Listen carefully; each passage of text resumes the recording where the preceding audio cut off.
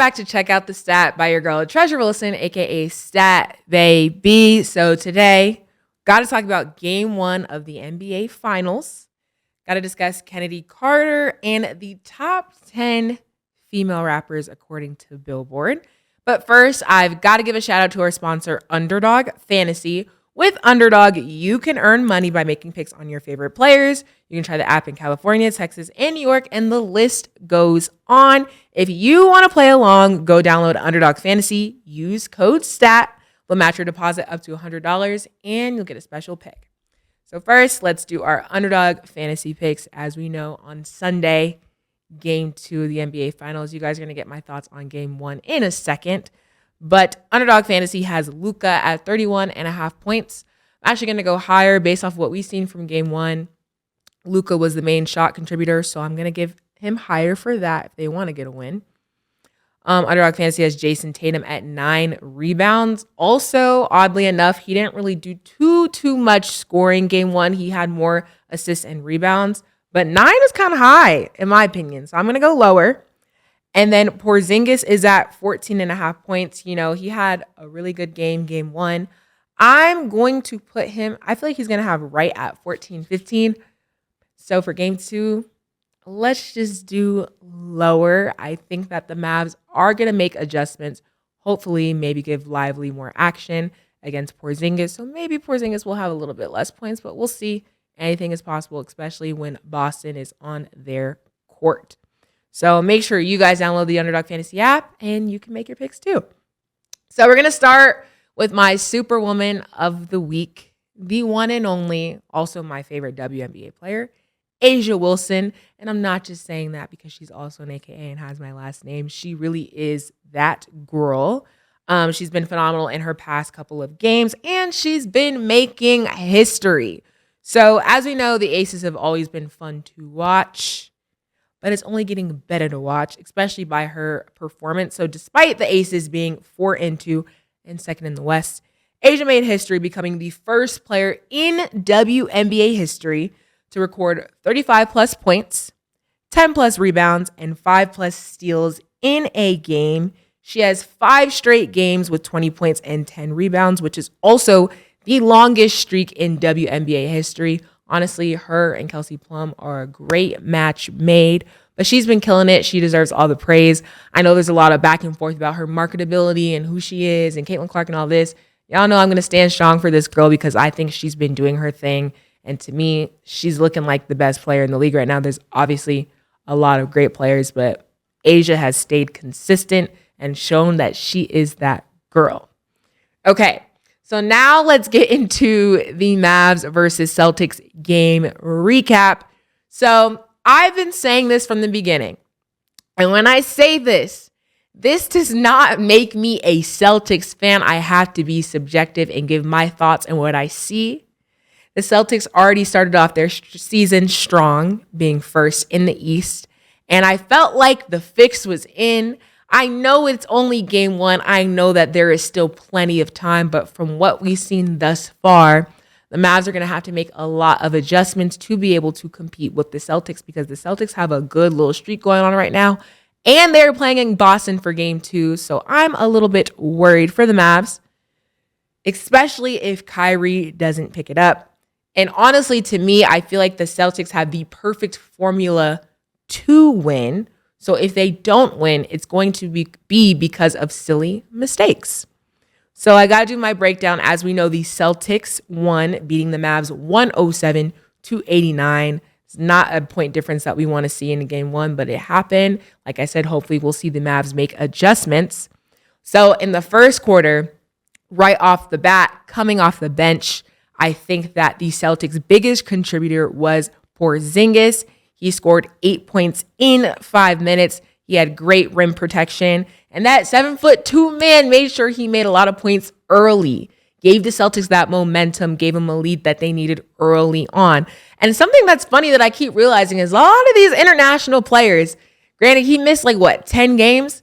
He came back from injury, missed plenty of games, and he was right back on that court like he's been playing. Kind of funny because we always make those jokes about what Jokic does during the offseason, then he comes back. We don't even see him hitting the gym, and then he comes back right on the court being the superstar that he is. So it's real funny. Maybe it's something in the water over there that we're missing over here, but they've got some advantage that we are missing. Okay. Jason Tatum was being a better role player for the team. He wasn't really ball hogging. He was making a lot more assists, grabbing more rebounds. He wasn't really focused on scoring. He was making sure that he was being a good contributor to the team as a whole.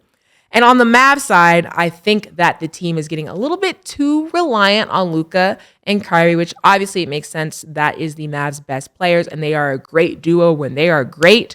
But when they are not great, Kyrie seems the one to be slacking just a little bit. To me, Josh Green and Derrick Jones Jr. took a little bit too long to get that momentum coming, and I didn't really see it attack like it needed to first, second, third, or even fourth quarter.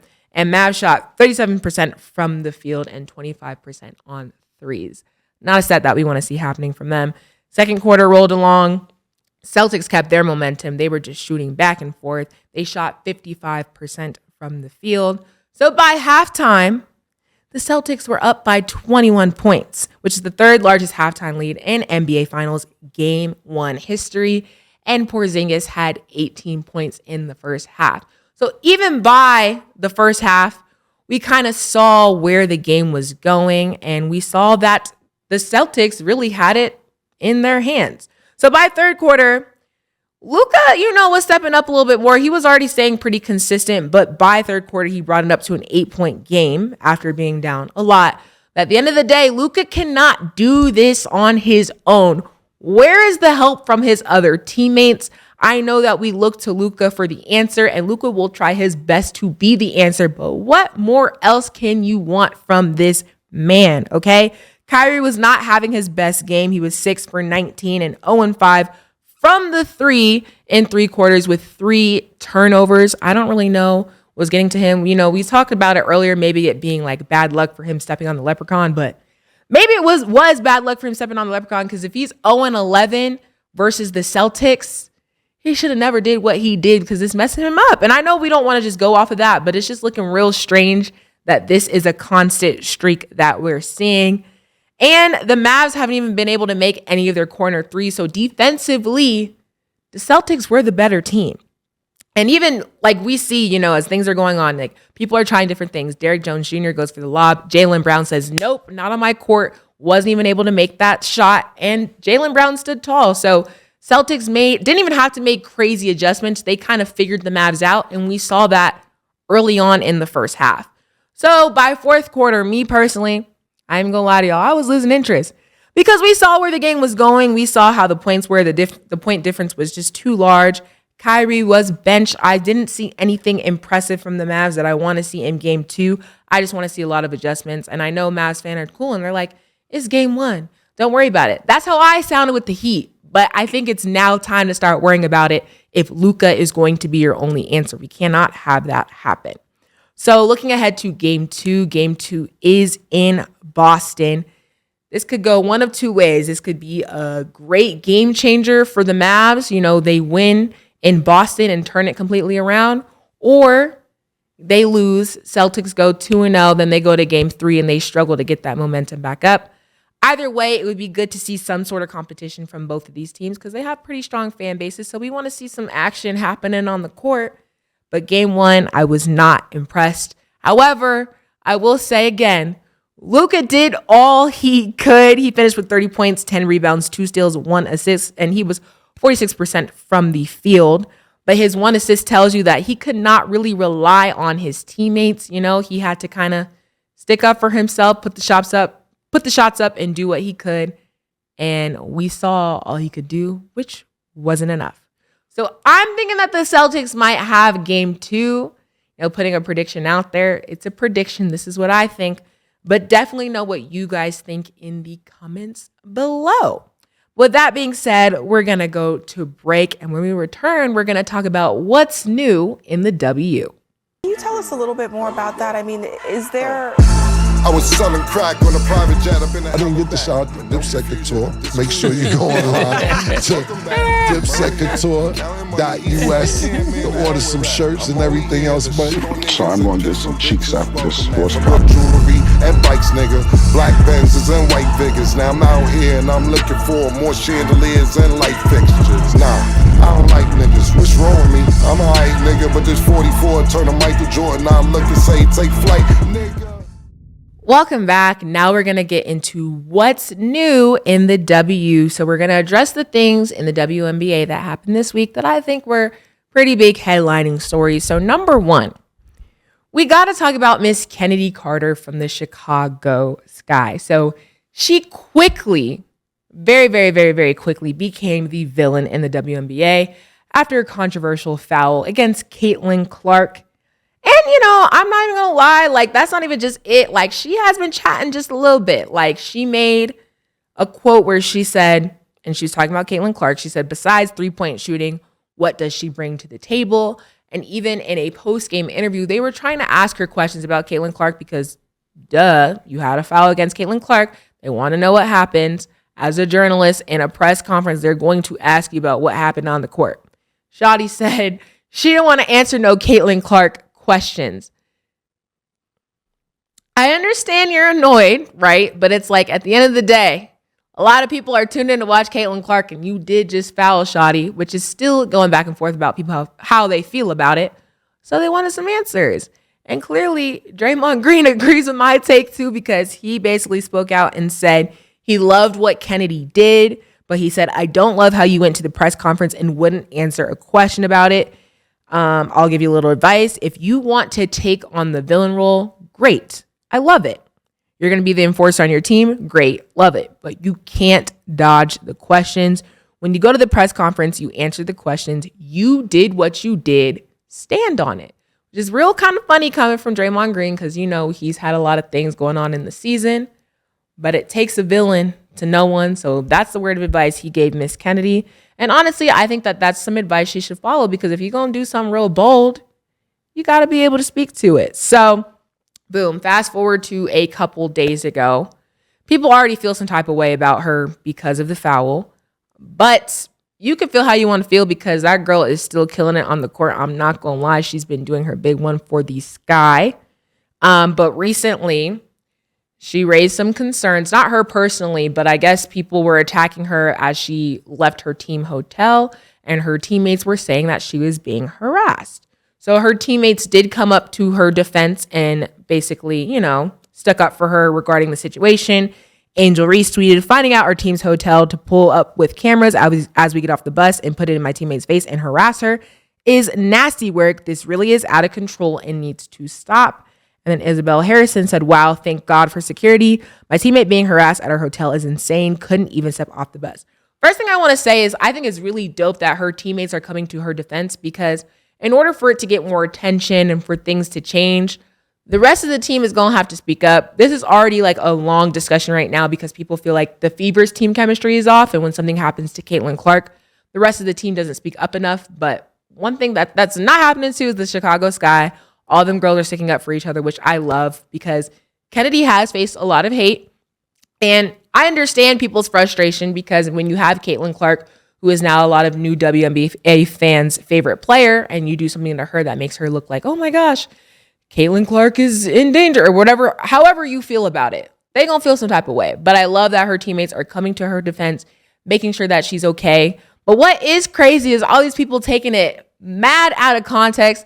At the end of the day, not to quote LeBron, but it's just basketball. Like the WNBA has always been a physical league. Things gonna happen that you're not always gonna agree with, and they are not gonna treat Caitlin or any of the other rookies soft. That is what it is. Like Asia Wilson posted up on her Instagram posting her bruises because it gets physical on the court.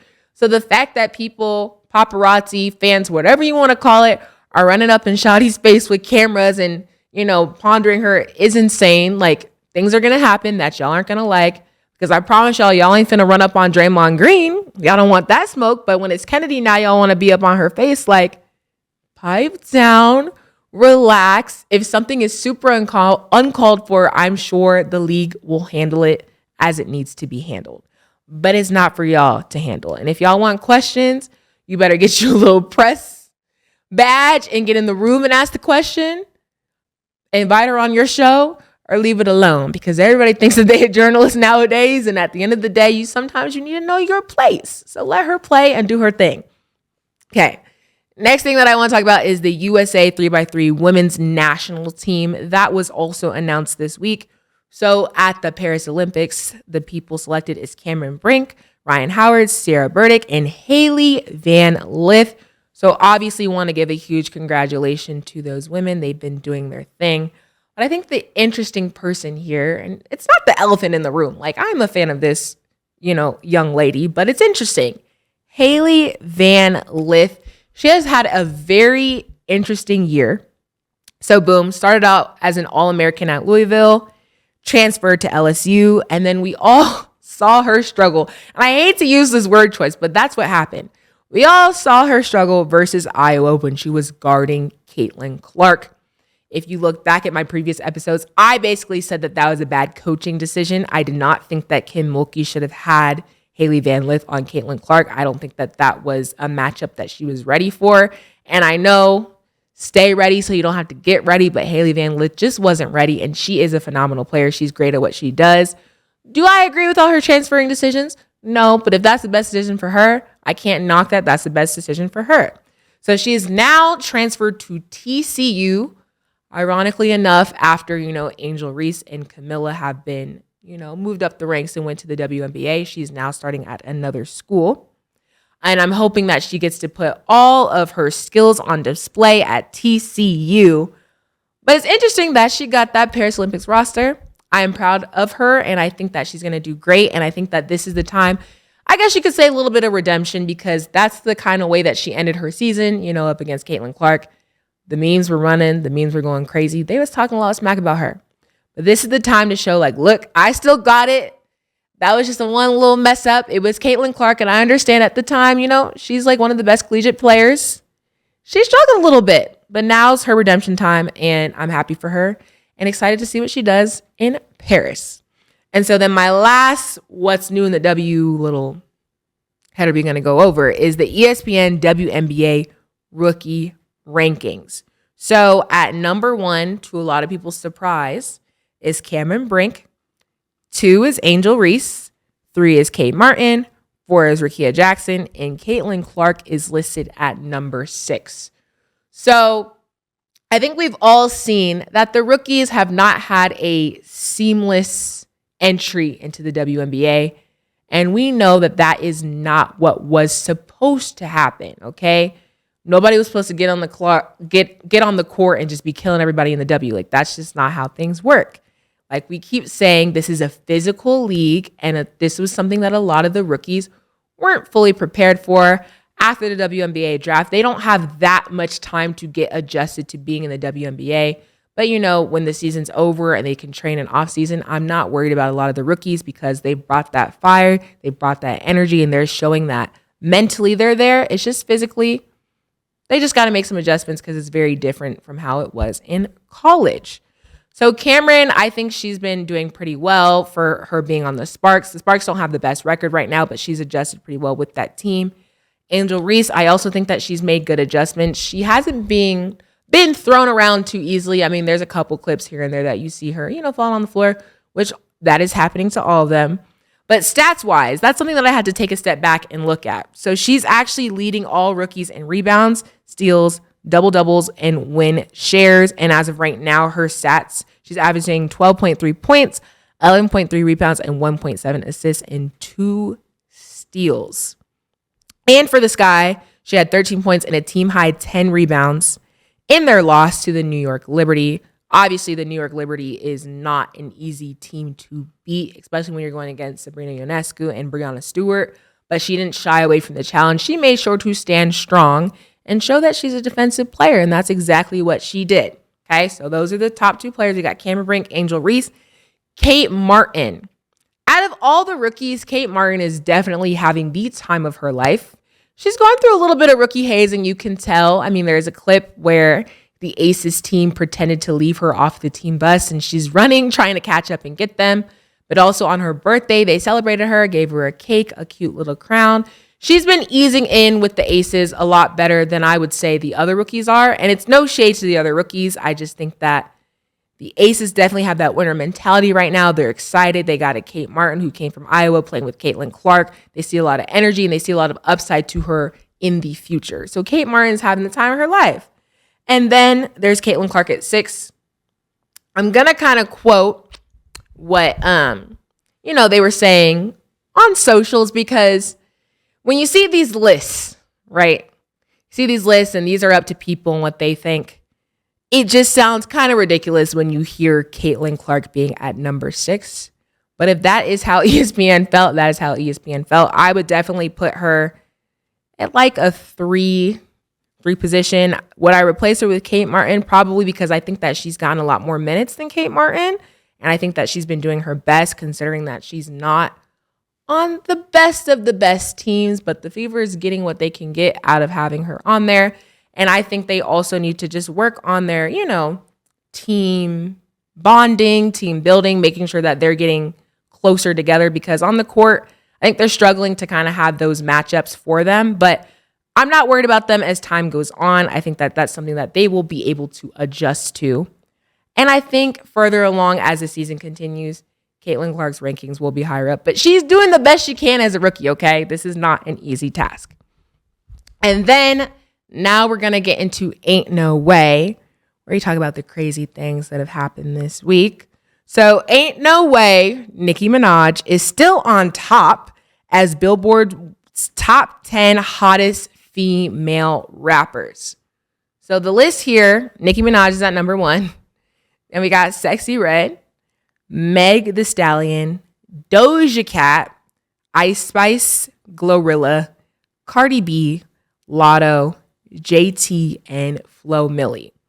Okay, so when I posted this list on Twitter, because I be interacting with a lot of y'all were not happy about this list. And I understand you guys were saying that there's a lot of people missing, which me personally, and this is no shade to anybody who is not on the list, if we're talking about popularity and who has really been ranking the charts, these are the people. And if y'all don't like that, y'all need to start supporting other female artists, because constantly the people that I'm seeing at the top of the top is Nicki Minaj. She just did a whole tour. Sexy Red, regardless of how y'all feel about that woman, she has been staying at the top of the charts. Her relationship with Drake, they've been making songs together literally after the whole Kendrick diss tracks, all that things. Drake's first song out of that was literally with Sexy Red. Do I like that song? It's called You My Everything. I need you guys to go ahead, search it up, and check it out and let me know your thoughts. My thoughts, maybe because I'm younger, I think it's catchy. Is it something that I think would top the charts? Not really. It's real different. But you can tell Sexy Red is having fun with her music. And the thing is, people are definitely bumping it. So to me, it's no surprise that Sexy Red is at the top. But lyrically, should Sexy Red be at the top? No. But this is what we've chosen as a society, because we bumping her 24/7. If you go into the club, you go into a bar, you're going to hear Sexy Red before you hear JT or some of the other girls on the list. And that is okay. This is no diss to the other female rappers. Then we got Meg Thee Stallion. Truthfully, if I'm being just like taking my head out of the situation in the list, ever since, and I'm just going to say it, ever since the Tory Lanez thing, like y'all have been flip-flopping where you put her on the list because people have their own personal feelings about the situation. That is up for y'all to decide. But I do think Megan Thee Stallion is great. She has great talent. She deserves to be higher up on the list. And then Doja. Doja's not everybody's cup of tea, because Doja's different. She's real different. I don't agree with some of her choices, but that is what she likes. And at the end of the day, I cannot deny that she makes bangers. Now, the name on here that's interesting to me is Lotto, because I think Lotto has earned her stripes. If you guys look back at earlier in her career, she's been doing rap battle competitions since she was very young. She writes all her own raps, not saying that the other girls don't, but she's been trying to be a little bit more lyrical to brand herself as that rapper. So her being at 8, especially, I'm sorry, her being at 8 under Ice Spice to me is crazy. I would choose Lotto over Ice Spice. And this, again, no shade to Ice Spice or the other ladies on this chart, but think you the shit, you not even the fart. As a bar, really, really, really. But this is what we've chosen, y'all. Like, if y'all are mad at the list, like, I don't even have sympathy because this is what we've made popular. And it's only going to continue to get worse, especially with viral videos and TikTok. People are saying, okay, I can just make a real catchy little beat and I can bring myself to the top. No shade, no tea. But at the end of the day, a lot of these artists are young. They're doing what they can. People are liking their music. They've changed their lifestyles, made a lot of money. They're going on tour. I'm pretty sure Ice Spice just released that she's going on tour soon. This is before Cardi B. So they're all doing their big ones in their own respective ways. But Nicki Minaj being at the top is no surprise to me. I think Nicki Minaj is the baddest female in the game, in the rap game. She's proven that, especially because she would be with the boys and the girls. Is she inviting to a lot of younger rappers? Not all the time, but she doesn't have to be because y'all have to show her that you were that girl before she can just let everybody in. And I understand that because she did a lot to get to where she is. So Nicki being at the top, I support. But let me know what you guys think about this top 10 female rappers list. And let me know in the comments who is your favorite. I'm very curious to know what y'all got to say. My favorite is definitely going to be Nicki Minaj. I think Flo Milli deserves a lot more credit because she's been doing her thing. But I think eventually she will be closer to the top. But that is it for today's episode. Y'all can hashtag check out the stats so we can continue the discussion next week. And maybe your question or take will be featured. But thanks for hanging out with me and checking out the stats. I'll see y'all next week.